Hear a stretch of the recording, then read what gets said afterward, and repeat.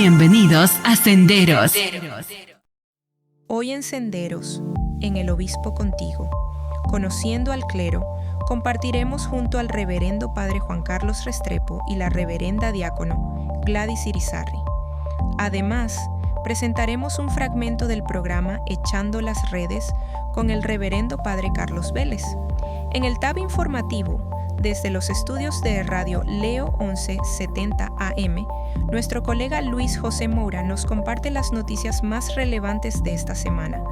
Y en la Mesa de la Palabra compartiremos un espacio de reflexión junto a la reverenda presbítera Lois Morel.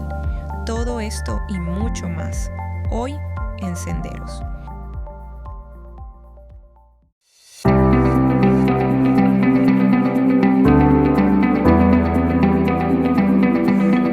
Hermanos y hermanas, bienvenidos a este programa del Obispo Contigo, conociendo al clero en esta edición. Me alegra muchísimo poder contar con ustedes una vez más.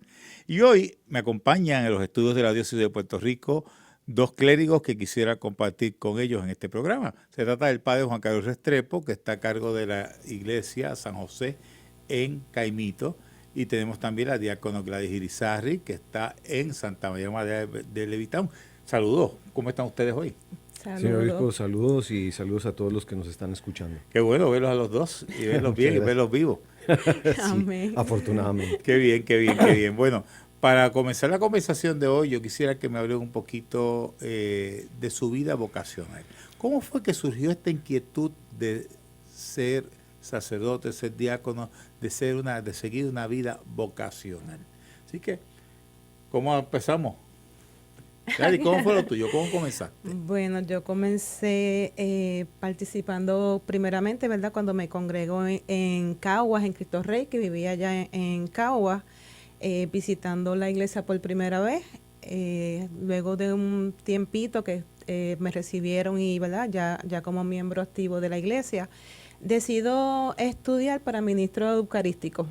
Ahí es pues donde entiendo que empieza parte de lo que ya es mi vocación más directa, porque pues anteriormente pues siempre me ha llamado la atención, pero no había formalizado porque no, como que no tenía ese, no se puede decir el llamado completo, pero sí pues tenía parte del llamado. Y ahí es pues donde yo empiezo a conocer más de la iglesia, a participar directamente de la iglesia y al hacerme ministro eucarístico pues me llamó la atención, ¿verdad? El seguir buscando más formación y pues decidí tirarme, ¿verdad? A preguntar por las clases de diaconado y es donde pues entonces empiezo particularmente y ahí pues mayormente pues sigue la vocación y pues hasta el día de hoy, gracias a Dios, ya próxima a cumplir 5 años en este hermoso ministerio. El tiempo pasa bien rápido, Dios. En este hermoso ministerio. Qué bueno, Gladys. Y tú, Padre Juan Carlos. Esto empieza como desde muy chiquito, porque en la casa donde yo me crío, que es con las tías abuelas, eran mujeres de oración diaria y de una fe muy fuerte. Entonces ellas, a mi hermano y a mí nos fueron como inculcando esa costumbre. Paralelo a eso, un hermano de mi papá, mi tío Leonardo, estaba en el seminario. Entonces había como un ambiente muy cercano a todo el ambiente de seminario, de formación, de vida espiritual. Una vez al mes, una de las tías abuelas nos llevaba a barrio, a las comunas pobres en Medellín, para que viéramos la realidad de otras personas, incluso compartiéramos de los juguetes que teníamos. Sí. Eso creo que fue la semilla, creo que gracias a esas tías fue que ellas sembraron la semilla, que ya cuando termino mis estudios en el colegio realizo una actividad muy similar a lo que sería el cursillo, pero era específica para jóvenes, y ahí es donde tomo la decisión de seguir al Señor y de haberme encontrado plenamente con Él, con dudas, con temores, porque pues a los 17 años no es que tenga uno todas las certezas de la vida, pero convencido de que ese iba a ser el camino y ahí estoy. Y ahí estoy. Eso es lo importante, que uno da una respuesta a ese llamado que el Señor te da a cada uno, nos lo brinda, y se trata de la generosidad de nuestras respuestas. Es lo más importante. Gladys, tú eres diácono asistente en la iglesia de Santa María Magdalena, actualmente en Levitown. ¿Cuáles son los puntos que más destacas de tu ministerio allí en esa comunidad?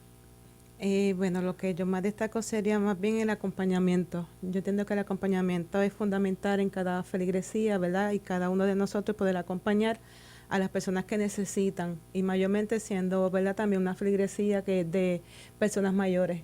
Más cuando visito a los enfermos, que cuando llego me dice, ay, qué bueno que llegaste, qué bueno que estás aquí, que me hacía falta. Entiendo que esa es la parte más primordial donde entiendo que debemos seguir, ¿verdad?, trabajando y en esa comunidad. Gladys, has dicho una palabra bien importante, acompañamiento. Yo creo que la iglesia tiene que entrar en una pastoral de acompañamiento más intensa, porque eso suena pues contradictorio, porque vivimos en una sociedad donde estamos todos comunicados, todo el mundo tiene un celular, todo el mundo está constantemente conectado, si se puede decir así, Sí. pero la gente vive sola, esas son las grandes ironías de la vida. Entonces, el rol de la iglesia para acompañar, y acompañar va más allá que un teléfono. Ujú. Acompañar es estar, caminar juntos, buscar senderos juntos. O sea, yo creo que es interesante que tú hayas dicho esto y lo agradezco, porque ese es un énfasis que definitivamente la iglesia tiene que tener. ¿Y tú, Juan Carlos? Estaba pensando, mientras escuchaba yo a Gladys, pero pensaba en su pregunta. Me remitía a la primera conversación cuando usted me dijo que me quería que yo colaborara y prestara mi ministerio en Caimito. Ajá. Yo no conocía sino la iglesia, no conocía nada más. Y sabía que Caimito era una parroquia rural dentro del Gran San Juan. Sí. Obispo, esto es un regalo de Dios. Ah, qué bueno. Para mis 35 años, y se lo dije así a ellos ahora celebrando la misa de 35 años de ordenación, ha sido el regalo para mi ministerio llegar a Caimito. Porque es una comunidad viva, es una comunidad donde todos se preocupan por todos, aunque todos saben bien lo que los diferencia de ellos, pero no trabajan sobre las diferencias, trabajan sobre lo que los une. Y una de las cosas dos cosas los unen muchísimo. San José y Caimito. No, yo aprendí con ellos que no puedo decir en la iglesia episcopal o la parroquia ayudada a San José, sino digo de Caimito. Son dos esencias para ellos. Y eso es supremamente lindo allá. Cualquier cosa que pasa es, padre, tenemos que ir allá. Son de reacción inmediata, son de acompañamiento, son de solución cuando hay que solucionar. Realmente tienen una fe muy grande, Sí. muy, muy grande. Yo pienso que dentro de todas nuestras misiones y parroquias tienen el gran privilegio que el 80% viven ahí. Entonces cualquier cosa que pasa llegan inmediatamente, no tienen el tema de que cuando salga del trabajo, que tengo que llegar de tal lado a tal otro, están ahí. Eso les ayuda muchísimo. Con unas tradiciones muy fuertes, muy arraigadas. Hemos venido trabajando en este año ya en ser una comunidad que lleva amor y esperanza a donde vaya. Que cada visita, que cada caminada, que cada lugar a donde vayan unos laicos solos, el laico con el sacerdote, el que vaya, siempre llevemos amor y esperanza a donde vayamos. Hay que tener propósito en el trabajo ministerial, y eso es fundamental, y ambos pues en estas compartir que estamos teniendo se nota que lo están trabajando. Ustedes saben que nuestra iglesia, como todas las iglesias del mundo, pues tiene sus desafíos, tiene sus retos, pero una de las cosas que yo quisiera hacer un poco de reflexión con ustedes es la importancia de dos elementos que son significativos en la feligresía, o deben serlo. Primero, la oferta. ¿Qué le ofrecemos a la gente? ¿Cuál es nuestra programación? Y lo segundo, cómo nos podemos ir autososteniendo dentro del sentido de corresponsabilidad de todos los miembros, porque la iglesia no es del sacerdote, la iglesia no es del diácono, la iglesia no es de los hoteles, la iglesia es de todos, ¿verdad? Y todos tenemos de alguna manera que ser corresponsables en todo eso. Partiendo de esa premisa, a mí me gustaría pues que escuchar de ustedes cómo debe ser la programación de una iglesia para este tiempo, para estos tiempos, ¿verdad? ¿Qué tú crees, Gladys? No entiendo que debe ser activa y siempre estar disponible y abierta para recibir a las personas. Darle ese énfasis de dejarles saber, ¿verdad? Por medio de las redes sociales, salir a caminar, dejarles saber nuestra programación, para que sepan que hay una iglesia que está activa, que les espera, que ¿verdad? Les pueden acompañar en cualquier necesidad. Entiendo que esa es la parte más importante de salir. Y eso es interesante porque lo llevamos más allá del domingo.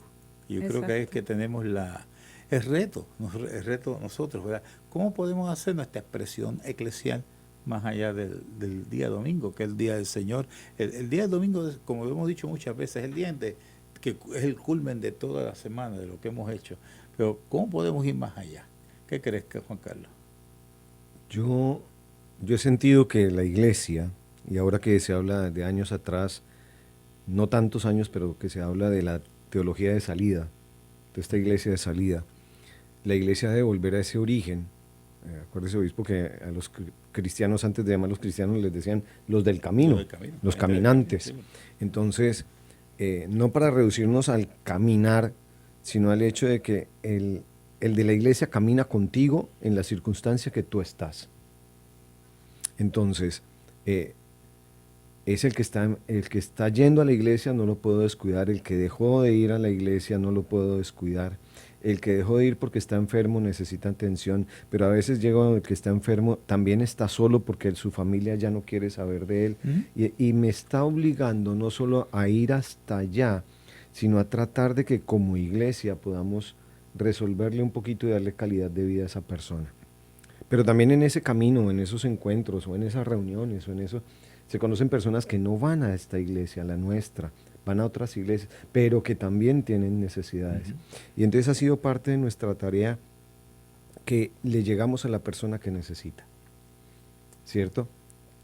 Incluso a ese que no quiere volver a la iglesia y no quiere saber de ninguna iglesia, y simplemente le llevamos un mensaje de que Dios lo ama y no lo ha dejado solo.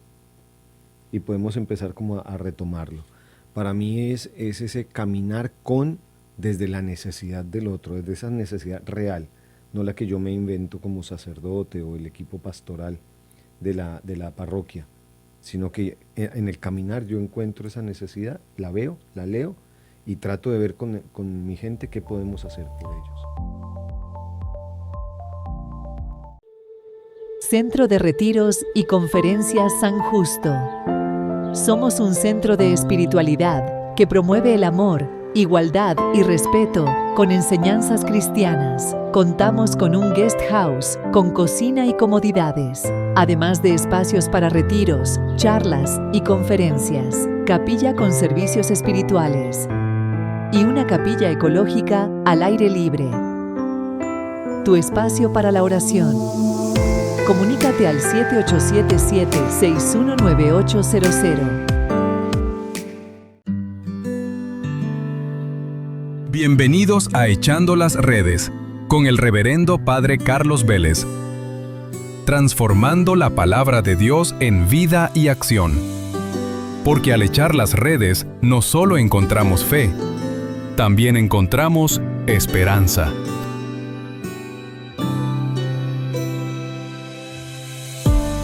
Saludos y bendiciones, hermanos y hermanas. Bienvenidos a un nuevo programa de Echando las Redes. Un placer estar con ustedes. Estamos a través de Radio Leo 1170M, Radio Leo y sus plataformas sociales. Un placer estar aquí, que nos acompañen en nuestro programa de hoy jueves. El programa Echando las Redes tiene como propósito, ¿verdad? Desde mi experiencia de hombre, mujer de fe, cómo eso yo lo comparto desde mi vida cotidiana, echo las redes desde mi experiencia como iglesia, desde mi experiencia de encuentro con Dios, cómo eso se traduce en lo que hago cada día, cómo se traduce en mi vida, cómo se traduce en la iglesia. Vamos a estar discutiendo hoy con mi invitada el Evangelio para el próximo domingo y más o menos tiene una línea así, es el envío que hace Jesús a sus discípulos y ahí empezamos a echar las redes. Todos y todas estamos llamados a echar las redes, quizás no lo sabemos o no sabemos identificar. Esta tarde tengo el placer de tener como invitada a una persona que para mí es bien especial y quería, ¿verdad? Hace tiempo que compartiésemos un rato. Y ella es miembro de nuestra feligresía y una persona que quiero mucho, Roxana Quiñones, está aquí a mi lado y vamos a conversar un poco. Roxana, buenas tardes, ¿cómo estás? Buenas tardes, muy bien y súper contenta de poder estar aquí sentada al lado suyo. Se nos dio. Sí. Durante la entrevista y la conversación, no entrevista, la conversación porque vamos a conversar. Pues ya hablaremos muchas cosas. Roxana, cuéntanos un poquito para los hermanos que nos están viendo, cosas que se puedan contar de ti. Cuéntanos qué haces, quién eres a nivel profesional y luego vamos entonces a entrar a los otros procesos que quiero compartir contigo.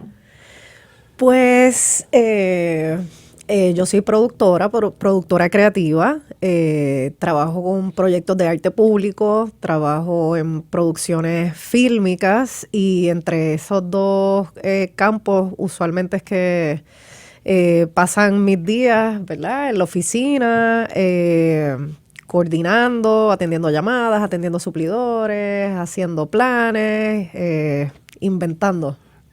Qué bueno, porque ahora entre estas cosas me puedes decir a veces por qué faltas a la iglesia. Y yo sé que estás trabajando mucho, pero eres muy creativa y me encanta. Y yo creo que eso es lo que nos conecta, esa creatividad aparte de otras cosas. Uh-huh. Y entonces, Roxana, vamos a ver de tu vida, ¿verdad? De mujer, de ser humano. ¿Cómo está este asunto de tu experiencia religiosa? ¿Cómo te acercas a nosotros en la presentación? ¿Qué pasó? ¿Qué fue ese primer, ¿verdad, impulso que te llevó a participar con nosotros en la iglesia? Pues antes de llegar a la presentación, yo crecí en la iglesia católica romana. Siempre estuve bien involucrada con los grupos de jóvenes, tanto del colegio como de la iglesia. Me voluntariaba estando en la escuela. Me gustaba servir todavía, ¿verdad? El día de hoy, pero dentro de ese contexto de la iglesia católica y los grupos de jóvenes, pues estaba bastante activa. Cuando llego a la universidad, usualmente, ¿verdad? No quiero generalizar, pero muchas veces pasa que uno se cree así como bien cool y de repente como que te alejas un poco por 1000 razones. Y ya luego de adulta empecé a sentir como un llamado. Dejé de ir a la iglesia, pero nunca me he alejado de Dios. Yo soy de las que me monto en el carro y me persigno. Yo siempre he mantenido comunicación con Dios. Yo oro. Siempre lo he tenido bien presente porque pues me considero que soy una persona bastante espiritual. Creo mucho en ¿verdad? En las energías del universo, además de creer en Dios. En ese momento que fui a la iglesia fue gracias a mi amada amiga hermana Misiel. Y ella me dejó saber que ya llevaba unos meses yendo a esta nueva iglesia que le encantaba. Y en ese momento fue bien lindo porque no era que yo estaba en un momento de crisis ni estaba pasando ninguna situación. Sencillamente llevaba unos años que tenía como ese vacío, como que me acuerdo que me sentaba en el balcón de mi apartamento y miraba la iglesia en San Juan y yo decía, voy o no voy, voy o no voy. Y nunca iba. Y llegó este momento en que dije, pues sí, mi expresión de Dios está brutal, es porque está brutal, porque creo que todo estaba, ¿verdad? Sí. Todo se conecta de alguna manera. Y era ese momento de yo regresar a la iglesia como tal, y pues llegué a la presentación del Señor en Gurabo. Yo me acuerdo de ese primer día, que creo que fue el primer día que llegaste. Me acuerdo de ese primer día. Y desde siempre te quise. Me dijiste algo que sentías un llamado. Habla un poquito de qué llamado, qué era lo que sentías. Hay algo que uno siente, no sé, en el corazón, como un deseo, como un impulso, algo que te llama. Sí tenía claro que era como un llamado de Dios, no sé el propósito, quizás en ese momento no lo entendía. 2 o 3 años después he estado empezando a entender ciertas cosas y era como que ve, conoce, está más cerca de mí, pensando yo en Dios hablándome, ¿verdad? Y así ha sido. Era eso, era ese deseo ahí en el corazón, no solamente el vacío, sino como esas ganas de voy a hacerlo porque aquí hay algo sucediendo en términos del llamado de Dios y pues me interesaba saber qué era. Cuando tú me dijiste que la universidad cool, que uno creía, ¿verdad? Que entras en otra dimensión y eso es parte del proceso.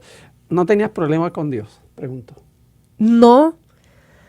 Yo creo que, ¿verdad? Siendo lo más honesta y sincera posible, creo que el único momento en el que he tenido problemas en términos de cuestionarle ha sido en 3 ocasiones muy específicas. La primera, cuando diagnosticaron a mi mamá con cáncer, que gracias a Dios es sobreviviente y vive.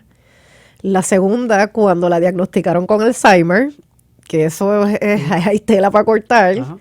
Y la tercera, cuando mi papá pasó de este plano terrenal a estar con Dios. He crecido en una familia muy, muy unida, así que, ¿verdad? Son situaciones que ponen a uno a cuestionarse por qué, porque pues si mi mamá es una santa, todo el mundo lo dice, pues ¿por qué la ponen en esta situación? Y nada, son cosas que uno, ¿verdad? Dentro de su humanidad se cuestiona porque pues es como un mecanismo de defensa, pensaría yo. Y son cuestionamientos que son válidos. Claro.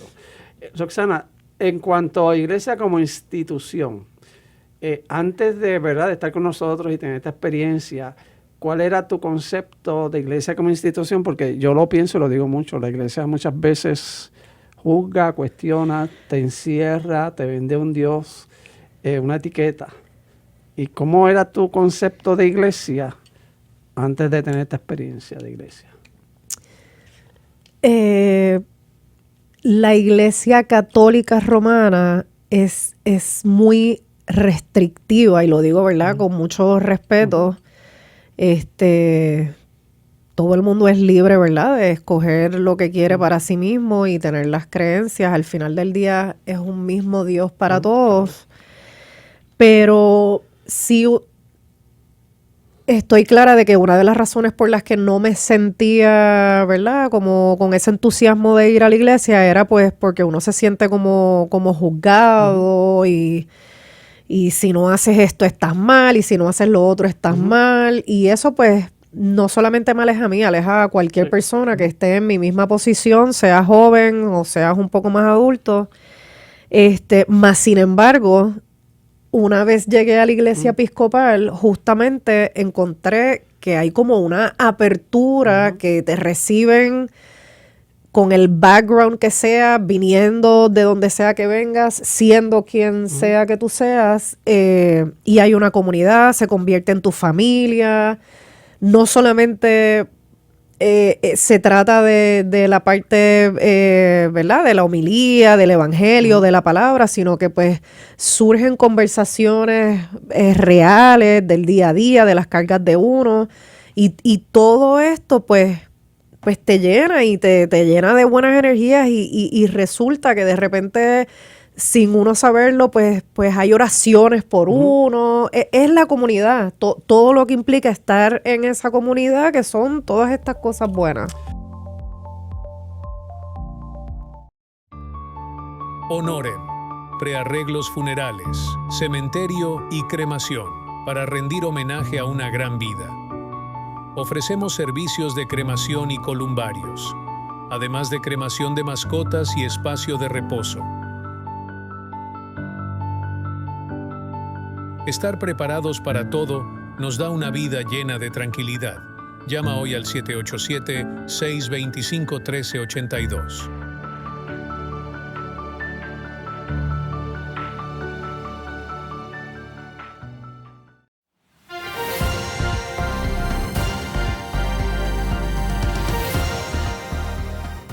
Saludos a nuestros amigos de Senderos. Soy Luis José Moura, desde la redacción de Radio Leo 1170 AM, para presentarles las noticias y temas relevantes de esta semana.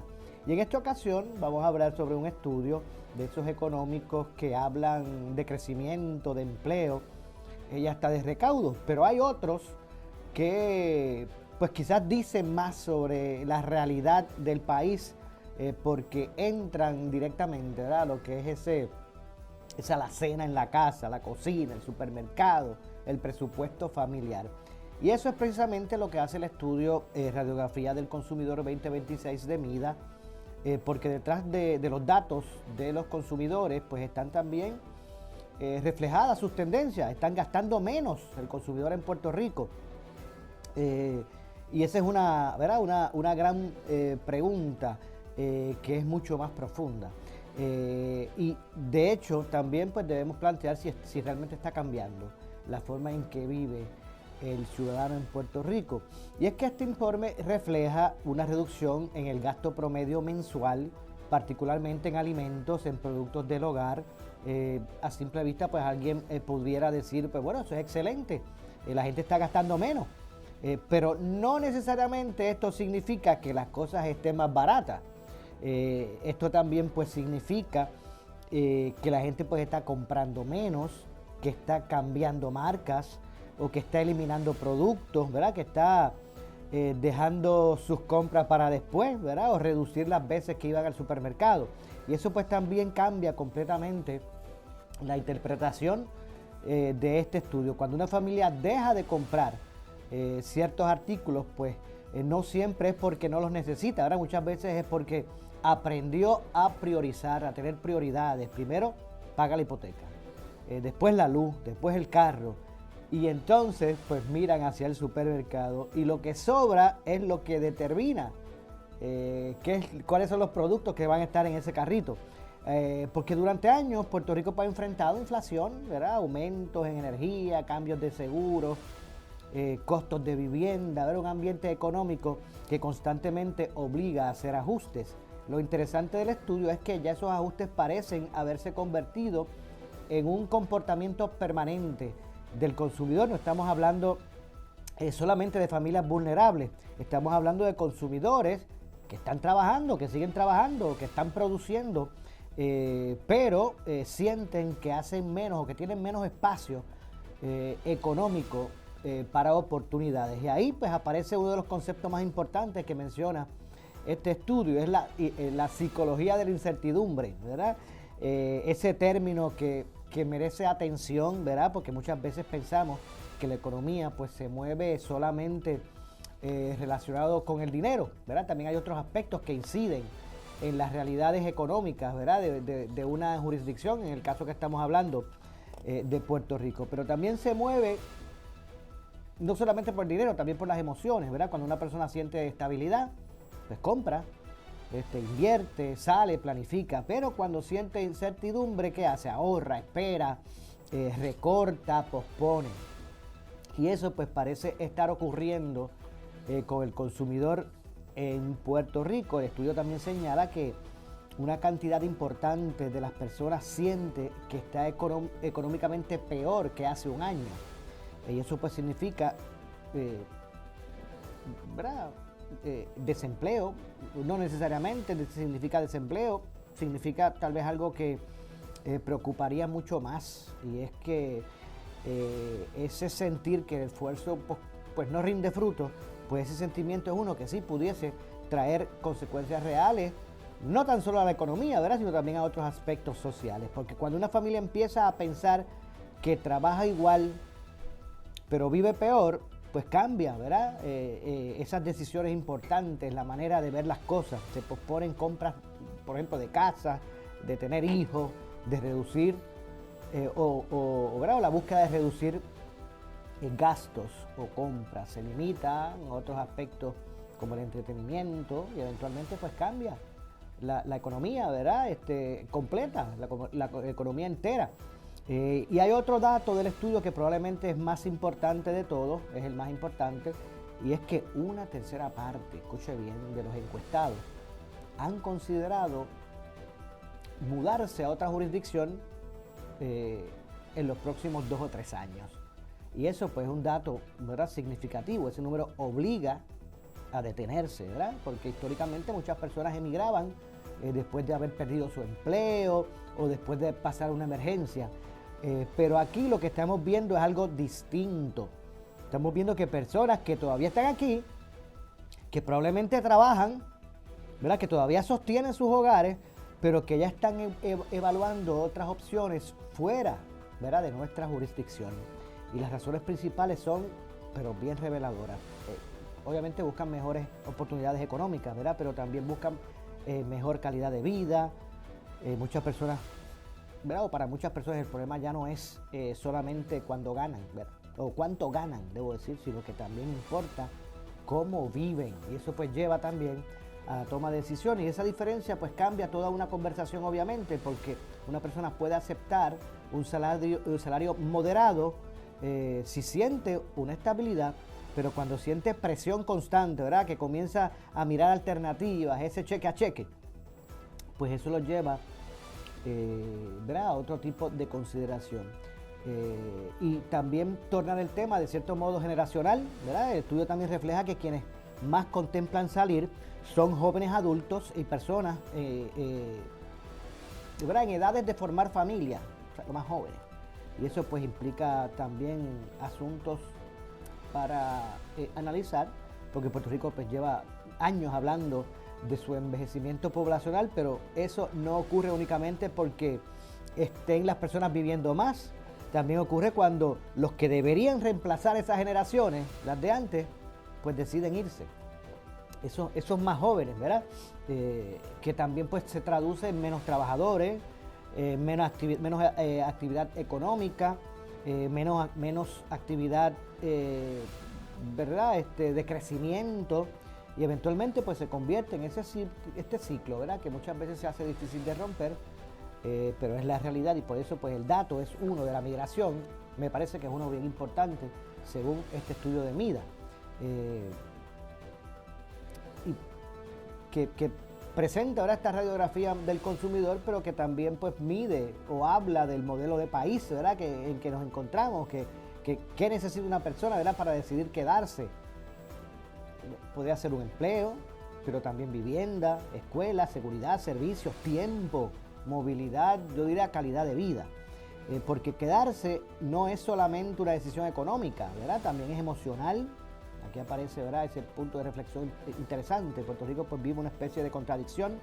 Por un lado, escuchamos noticias de inversión, de turismo, de construcción, de desarrollo, pero por el otro, una parte importante de los consumidores dice, ¿verdad?, sentir menos tranquilidad. Y es parte, ¿verdad?, de esa paradoja que a veces pues es difícil de explicar, pero ocurre a nivel social. Y esto obliga también, obviamente, a preguntarnos si el crecimiento económico está llegando a su forma, ¿verdad?, yo diría uniforme, porque crecimiento y bienestar no siempre, ¿verdad?, no son exactamente lo mismo. El estudio también deja esta pregunta importante para el comercio. Por ejemplo, ¿cómo se adapta una empresa cuando el consumidor cambia? Ya no basta vender más, ¿verdad? Ahora hay que entender mejor, ¿verdad? Quizás el cliente compra menos cantidad, quizás visita menos veces el establecimiento, ¿verdad?, o el lugar de compra. Quizás cocina más en la casa, o está buscando promociones especiales, y es pues ese toque que ha cambiado del consumidor puertorriqueño, que parece estar entrando en una etapa de compra más calculada, y el comercio tiene que entrar a evaluar qué es lo que ahora están buscando, cómo tratar de mercadear el producto, ¿verdad?, de una forma más racional, más cuidadosa. Y eso pues obviamente no es que signifique algo negativo, ¿verdad?, pero puede también haber familias aprendiendo ahora a planificar más su estatus financiero, pueda ser más consciente a las personas de lo que es el presupuesto, hacer menos consumo impulsivo, entre otras cosas. Y en ese sentido pues son reveladoras, ¿verdad? Hemos determinado pues hacer un análisis sobre este estudio porque me parece interesantísimo. Mire, Puerto Rico no parece estar dejando de consumir. Lo que parece que está ocurriendo es que el consumidor está entrando en un modo más de supervivencia financiera, ¿verdad? Y cuando una sociedad entra en ese modo de supervivencia, pues cambia, ¿verdad? Cómo compra, cómo trabaja, cómo vive, cómo sueña, y hasta ¿verdad?, cómo decide su futuro. Porque al final, el carrito del supermercado, pues muchas veces cuenta una historia más grande, ¿verdad?, de lo que es específicamente esa compra, ¿verdad? Cuenta cómo se siente un país. Hasta aquí las noticias e informaciones relevantes de esta semana. Soy Luis José Moura, desde la redacción de Radio Leo 1170 AM para nuestros amigos de Senderos. Seminario Diocesano San Pedro y San Pablo. El seminario prepara a sus estudiantes para la misión de la Iglesia con un currículo renovado. Ofrecemos una amplia variedad de programas de estudios teológicos. Comunícate al 787-761-9800.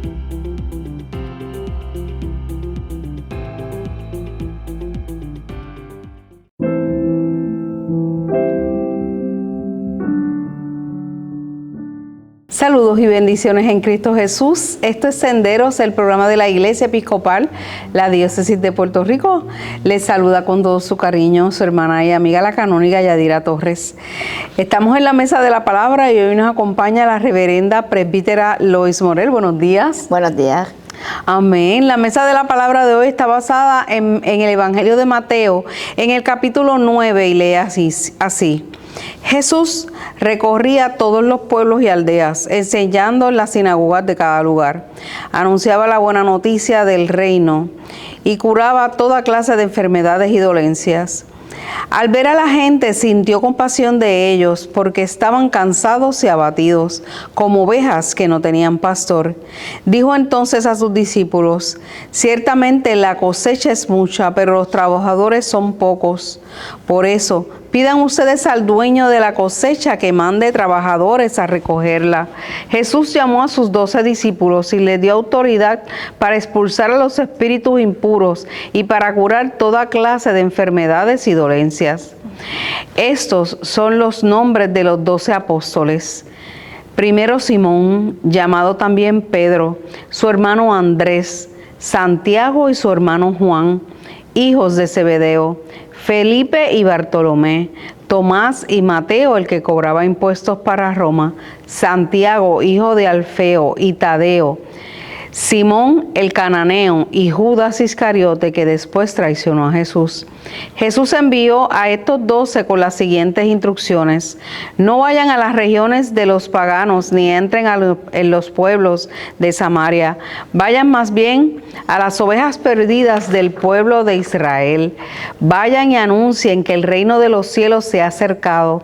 Sanen a los enfermos, resuciten a los muertos, limpien de su enfermedad a los leprosos y expulsen a los demonios.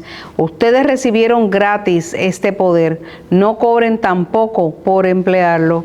Reflexionemos. Buenos días. Saludos a nuestros amigos. Este Evangelio, Mateo nos hace ese hincapié en el ministerio de Jesús.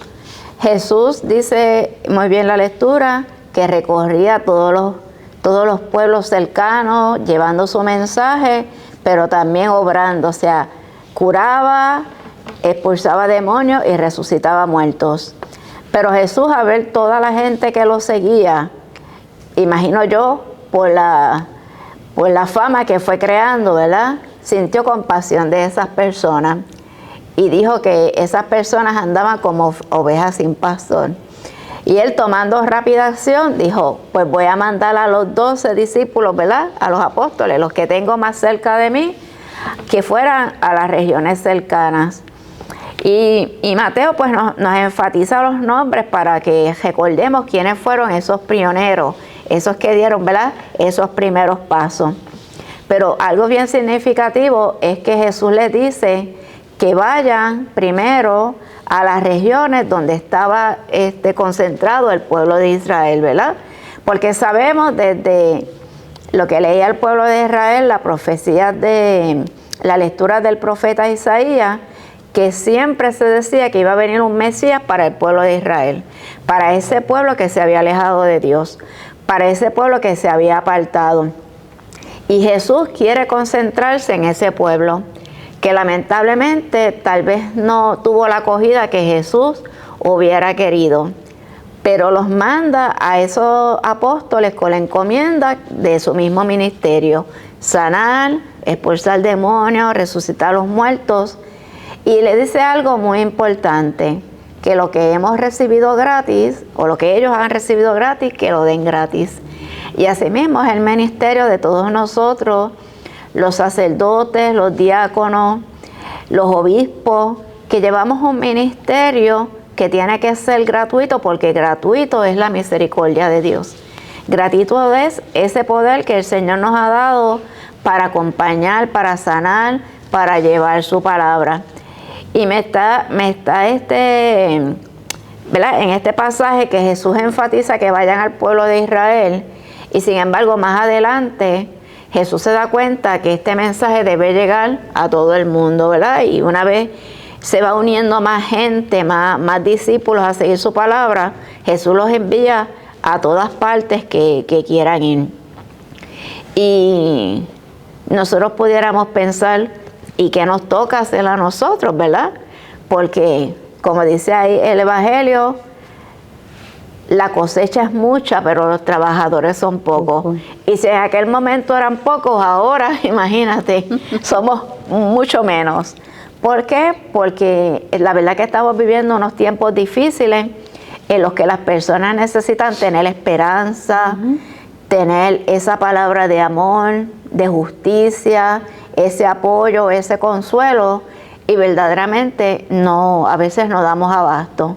Por eso es que siempre nuestro obispo nos habla de la corresponsabilidad y nos anima a que animemos a los laicos a que nos ayuden en este proceso de llevar este ministerio del Señor, ¿verdad? De llevar su palabra, de llevar su amor y de llevar, conocerlo, ¿verdad? Ese mensaje de Jesús a quien todavía no lo ha conocido, porque pudiéramos pensar, como digo yo a veces en la iglesia, pero reverenda, mucha gente ya conoce a Dios o conoce a Jesús, pero la realidad es que no. Hay mucha gente que no lo conoce, muchos niños que están empezando, ¿verdad?, a vivir, a desarrollarse, que deberían tener esa idea, ese contacto con Jesús. Y hay mucha gente, lamentablemente, que por la vida que han tenido, pues la idea de Dios que tienen no es positiva. Y ven como que Dios los ha castigado, que Dios los ha abandonado, cuando en realidad Dios lo que quiere es que nos acerquemos a Él y le dejemos a Él, ¿verdad?, nuestro sentir, nuestras preocupaciones, que Él nos va a apoyar. En este tiempo que hemos estado de Pascua, el Señor Jesucristo nos dijo que nunca nos iba a dejar solos, que siempre nos iba a acompañar. Siempre que se aparecía a los discípulos y a los apóstoles, que le decía: paz a ustedes, no tengan miedo. Y yo creo que ese es el mensaje que nosotros debemos tener en este tiempo, que toda persona que se nos acerca tenga un poquito, ¿verdad?, algo de ese mensaje del Señor, para que pueda cambiar su corazón y abrir su corazón a verdaderamente la palabra de Dios. Porque verdaderamente no hay mejor lugar que estar ante su presencia, ante lo que Él quiera darnos, ante su justicia, su poder. Definitivo, tú sabes que hay algo bien interesante en la lectura, y es el hecho de que dice bien claro, dice: y les doy autoridad. ¿Sabe? Jesús llamó a sus 12 y les dio autoridad para expulsar a los espíritus impuros, para curar toda clase de enfermedades y dolencias. O sea, no es cualquier cosa.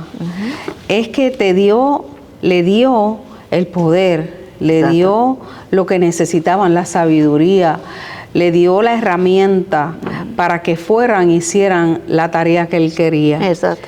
Tú sabes, a veces pensamos, cuando somos fríos en esto, y yo lo digo de esa manera, ¿verdad?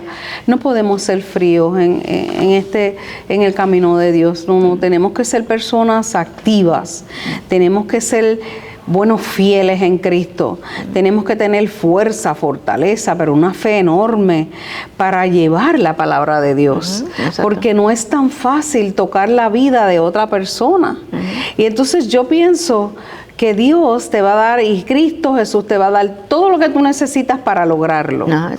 ¿Entiendes? Porque yo pienso que eso fue lo que Él hizo. Él le dio todo lo que ellos necesitaban espiritualmente para ellos poder ir y tocar a otras personas, para poder sanar.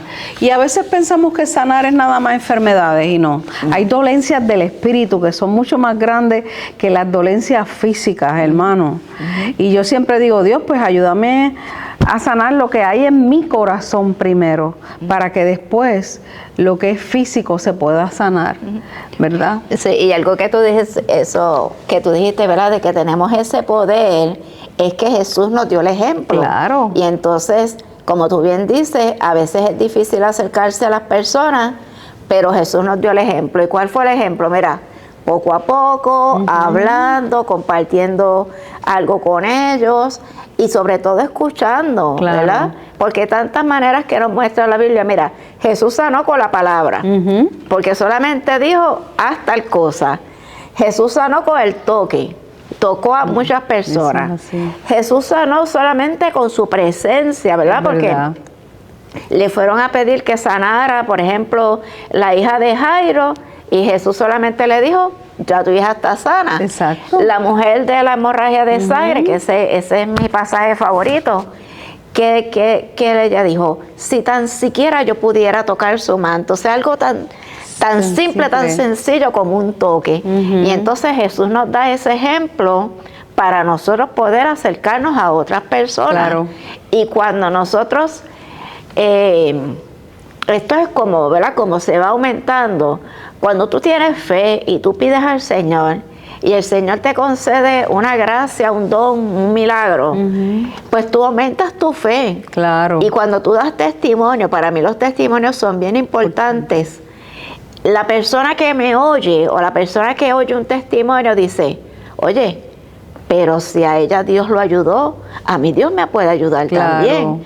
Y reforzamos esa fe y seguimos orando, porque no estamos en la época de, a veces queremos todo demasiado rápido, ¿verdad? Pero el Señor siempre tiene que acomodar todas las cosas en su justo lugar para que se dé ese milagro, esa curación, esa sanidad interior, que sea verdaderamente un gozo y un deleite para la persona que lo recibe. Y entonces, esto es cuestión de creer y, como bien dices tú, de estar fuerte, de estar convencido. Porque yo puedo decir, bueno, pues voy a orar al Señor, voy a orar a Dios a ver si me escucha. Pues no, tienes que orar con la certeza de que Dios te está escuchando, de que Dios está ahí, de que Dios está a tu lado. Y entonces con esa fe, el Señor se va a manifestar en tu vida y te va a dar ese milagro que tú necesitas. Muchas veces, ella dirá, mejor de lo que has pedido. Eso es así. Y nosotros no sabemos si con una sencillez, hasta dándole un abrazo a alguien, porque esto ha pasado. Sí. Yo he experimentado eso. Simplemente ese día abracé a una persona y en el oído dijo, Cristo te ama. Y ya, con eso le levanté su ánimo.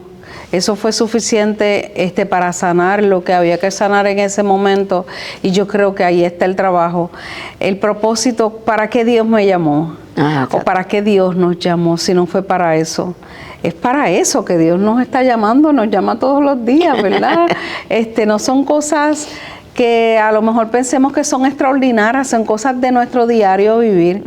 Reverenda, te doy las gracias por estar en Senderos, ¿verdad? Por tus hermosas palabras para esta mañana que nos regala el Señor, y bendiciones en la labor que haces allá en la misión San Juan Apóstol y Evangelista en Yauco. A todos nuestros hermanos de San Juan Apóstol, un abrazo y una bendición. Gracias. Gracias por la invitación, siempre es un placer estar aquí con ustedes. Amén. Este ha sido nuestro programa en el día de hoy, un espacio donde la Iglesia Episcopal comparte su misión de amor, fe y esperanza en Cristo. Gracias por ser parte de este encuentro que nos fortalece como comunidad en el servicio a Dios y al prójimo. Les invitamos a seguirnos en nuestras plataformas digitales, donde encontrarán palabras de aliento, actividades llenas de propósito y el mensaje transformador del Evangelio.